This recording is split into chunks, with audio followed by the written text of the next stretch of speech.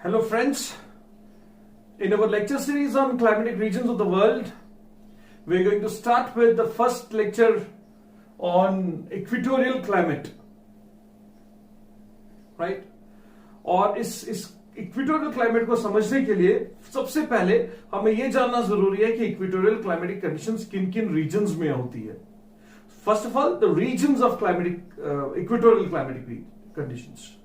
So first of all, if you look at these regions, look at the map.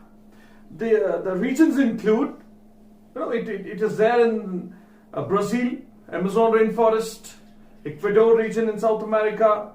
Then if you continue towards Africa, the Central Africa, primarily the Congo basin and the surrounding areas of Congo. Then Southeast Asia, right? Islands of Southeast Asia, including the Malaya Peninsula, Malaysia, Thailand, Philippines. Apart from that, Polynesian Islands. Polynesian Islands also have such climatic conditions, right? So, having known the spread of this equatorial regions, the latitudinal aspect of equatorial regions. See, if I have to define climatic regions, equatorial climatic region, there is one word that defines the region. And what is that? It's uniformity. Uniformity. Right? The temperature remains uniform. Temperature remains uniform throughout the year. Sun rays remain vertical near to equator throughout the year. Sometimes during summer solstice, right, sun rays move towards Tropic of Cancer, they move towards Tropic of Capricorn during winter solstice. So even if they move towards 23° north and 23° half, even then sun rays remain vertical in these regions only, lower latitudes only. So equator receives direct sun rays almost throughout the year. So because sun rays vertical हैं उस regions में, और यही एक कारण है कि temperature equator का ऑलमोस्ट सेम रहेगा पूरे साल में, right? Higher side, we call it as hot climatic regions. So if I have to define few characteristics of equatorial climate, तो चार कैरेक्टरिस्टिक्स कुछ ऐसे हैं जो डिफाइन करेंगे इक्वेटोरियल क्लाइमेट को. सबसे पहला, it's hot climatic conditions, temperature बहुत ज्यादा है, राइट? गर्म रीजन्स है. देन क्लाउडीनेस, ऑलमोस्ट हर दिन क्लाउड्स बनेंगे. The cloud formation takes place almost every day. Then precipitation is high, right? Rainfall, precipitation is very high. और तीसरी चीज, fourth, that is relative humidity is more than 80%. जो नमी है बहुत ज्यादा है. तो आप जब इस एरिया में जाएंगे, इक्वेटर में जाएंगे, तो बहुत ज्यादा पसीना आएगा, टेम्परेचर बहुत ज्यादा हाई होगा, ह्यूमिडिटी बहुत ज्यादा होगी, प्लस क्लाउडीनेस, राइट? देखिए, अगर टेम्परेचर ज्यादा है, if the temperature is high, तो क्या होगा? इवेपोरेशन होगा. इवेपोरेशन हाई है तो एयर मासेस जो है वो लाइटर होंगी, because the vapors are lighter. So क्या होगा? टेम्परेचर भी ज्यादा है, एयर मासेस भी गर्म है, तो एयर मासेस राइज करेंगी. राइज करेंगी तो रिलेटिव ह्यूमिडिटी बढ़ेगा, because higher we go cooler we feel, and relative humidity is higher. So if RH increases, right, it increases more than 100%. If it's more than 100%, तो क्या होगा? Rainfall होगा. ये reason है कि इक्वेटर पे हर दिन बारिश क्यों होता है. So you will see that very unique condition of equator. और यूनिक कंडीशन क्या है कि जब आप खड़े हैं और अगर एयर मास राइज करते जा रहा है, सीधा ऊपर की तरफ एयर मास राइज करते जा रहा है, and we can not experience the upward movement of air. अगर हमारे बॉडी के पैरेलल कुछ एयर मूव करता है, राइज करता है, तो हम उसको फील नहीं कर पाएंगे. What do we feel? Horizontal movement of air. सो अगर आप इक्वेटर पर है और अगर वर्टिकल मूवमेंट है तो आपको लगेगा आज everything has come to stand still, ऐसा लगेगा कि हवा रुक सी गई है। वो रुकी नहीं है, हवा रुकती नहीं है, तो क्या होगा, और राइज करते जा रही है, ऊपर की तरफ उठती जा रही है। हवा को ऊपर उठने के कारण हम उसको फील नहीं कर पाएंगे, हम सेंस नहीं कर पाएंगे। So because we are not able to sense it, हम उसको कहते हैं कि एक इनएक्टिव सा जोन बनाएगा, right? It's a zone of inactivity, and that zone of inactivity is called as doldrums. Why is it inactive? Because air mass is rising up. So doldrums or equatorial regions एक साथ हो, right? So doldrum is also one of the characteristic feature of equatorial climatic condition, but actually inactive नहीं है. The same day in the evening you will experience heavy rainfall. तो this cloudiness and precipitation. So जितना air mass rise करता है, अगर आपने ये नहीं समझा है तो कुछ वीडियोस में हम आपके साथ और शेयर करेंगे कि क्यों ऐसा कहते हैं कि एयर मास राइज करते ही रेनफॉल करेगा. What makes air mass to cause rainfall when it rises, और राइजिंग एयर मास को हम अनस्टेबल एयर मास क्यों कहते हैं. What is the relation with the temperature and relative humidity? We'll be sharing a video with you. Otherwise, we have a lecture series also with them, so you can also refer to those. Anyways, so rainfall is high. और अगर आप इसका climograph देखेंगे, climograph में, right, we give reference to temperature and rainfall.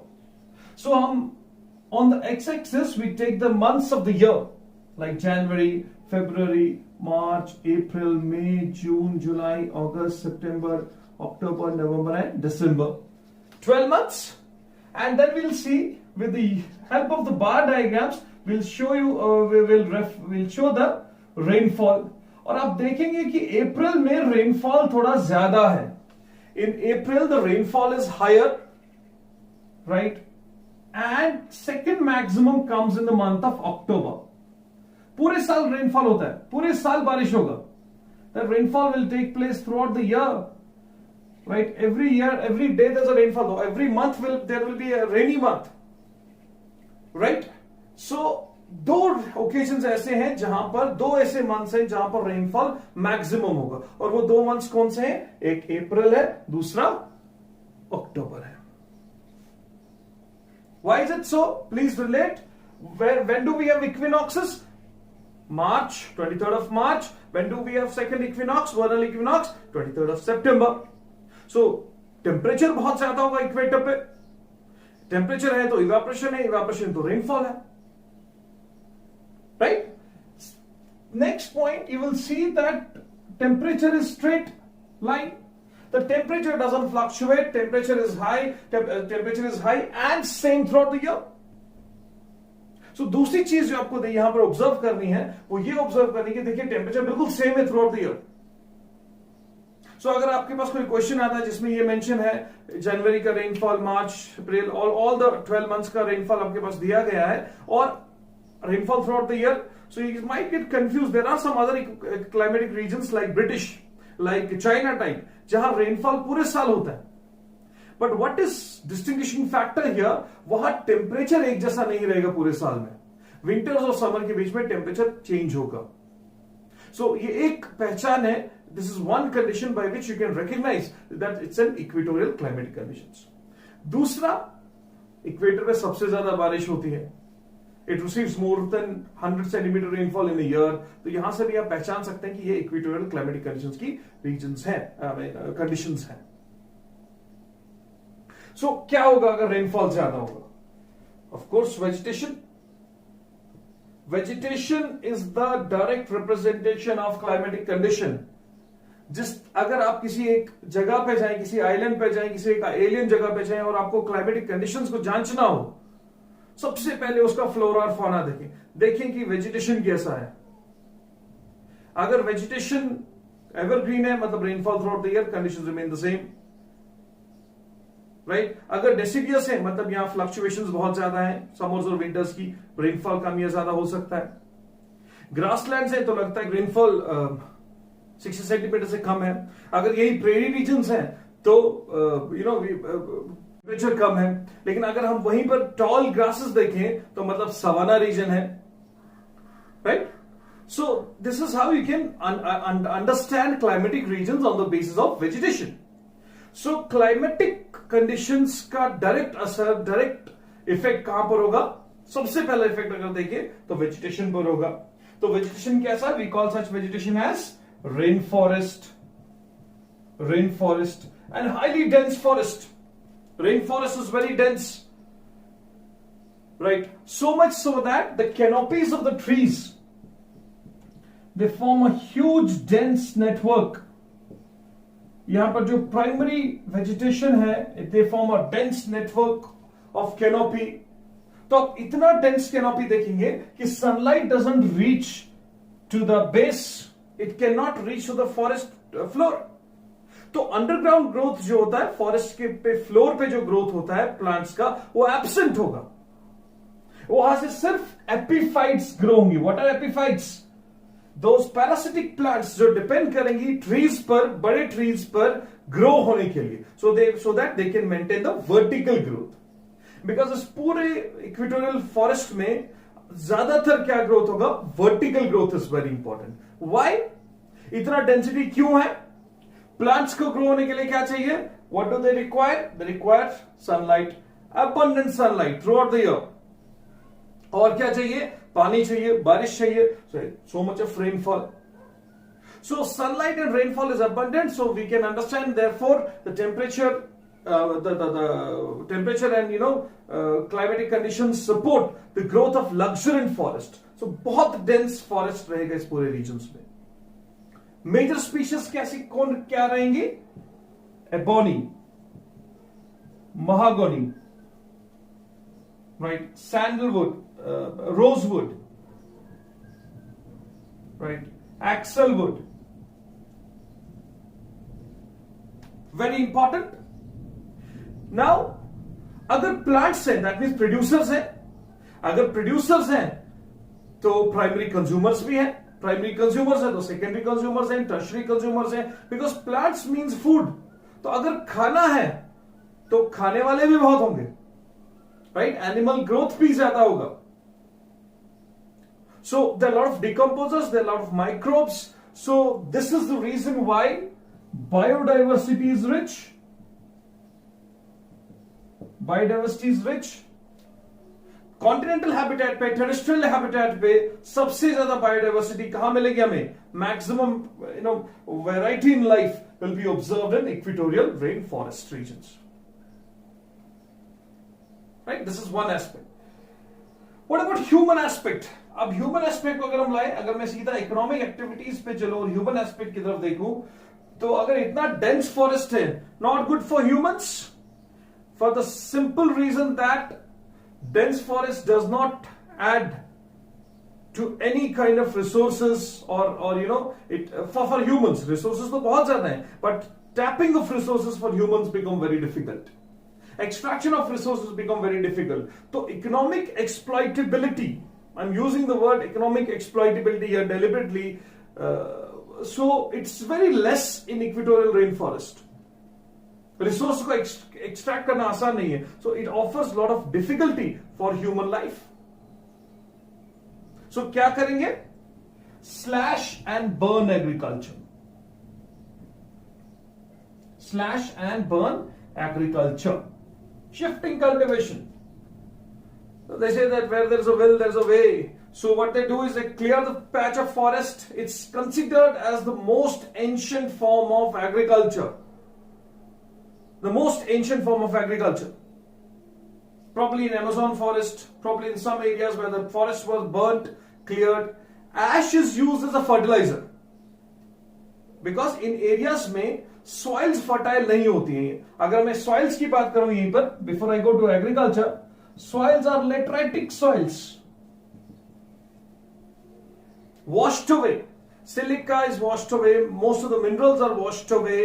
बहुत सारे जो important hydroxides हैं वो ऑलमोस्ट धुल जाएंगे. They will be carried by the water. So the fertility remains less. Even the organic content is less. याद रखिएगा इस पॉइंट को. Organic content in equatorial rain forest is less ये गलती हो सकता है एग्जाम में, despite being so much of microbial activity and despite of having so much of life here, the organic content in equatorial rainforest, in the soils of equatorial regions is less. The reason, even that gets washed away. Organic content bhi jo hoga, that gets washed away. So what is the way out? They slash and burn. Ash is used as a fertilizer. And the agriculture is practiced there for a span of 5 to 10 years till the fertility supports the crop. Once it is over, they come back to this region after a gap of around 10 to 15 years. This is one of the wrong notions. What is that wrong notion? That they keep shifting places from one to another. Yes, they do keep, but they also return to the previous places after a certain gap of the after a certain gap of like 10 to 15 years. तो ये बहुत ancient practice है, सबसे पुरानी practice माना जाता है shifting cultivation को. Now, and therefore it has so many names. So for prelims, I suggest please remember the names of these forest, beg your pardon, yes, of course, forest. Apart from that, the shifting cultivations, like it is called as milpa in Mexico, it is called as roca in Brazil, it's called as canuco in Venezuela. It's called as masol in Central Africa. It's called as tanguia in Myanmar. Called as tamarai in Thailand. Called as ladang in Indonesia and Malaysia. It's called as rei in Vietnam and also in the adjoining areas of Cambodia and Laos. It's called as kangin in Philippines. And it's called as chena in Sri Lanka. Right? So these are the names of shifting cultivation, shifting agriculture that are being practiced in this entire region. And the main crops, अगर बारिश बहुत ज्यादा है तो obviously कुछ जो main crops होंगी वो भी बहुत limited होंगी. They can't be a luxury forest, luxury agriculture that is practiced in northern plains because the fertility is limited. No, growth is too much. There is a sudden growth of trees and plants. So what is to be done? What they do, crops that they grow here is tapioca. Right? Tapioca, Tapioca, tapioca. It's also called as yam. It's also called as cassava. India में ये बहुत कम होता है. Only Kerala has this type of this tuber crop. It's like potato, right? Apart from that, apart from tapioca, yes, maize. You go to equator, you find maize. You go to poles, you find maize. Excellent climatic durability. It can resist any climatic condition. So maize it is found, plus rice also in certain regions. So that these are main crops. Now there have been a lot of changes in the regions. ऐसा नहीं है कि ये traditional methods ही हैं, कुछ नए methods भी add किए गए हैं, especially in Southeast Asia, in regions of Thailand and Malaysia. The cultivation has been different. Plantation agriculture की तरफ बहुत ध्यान दिया जा रहा है, जैसे rubber plantation. Right, rubber plantation पर काफी ध्यान दिया जा रहा है because it is we know that it has a commercial significance.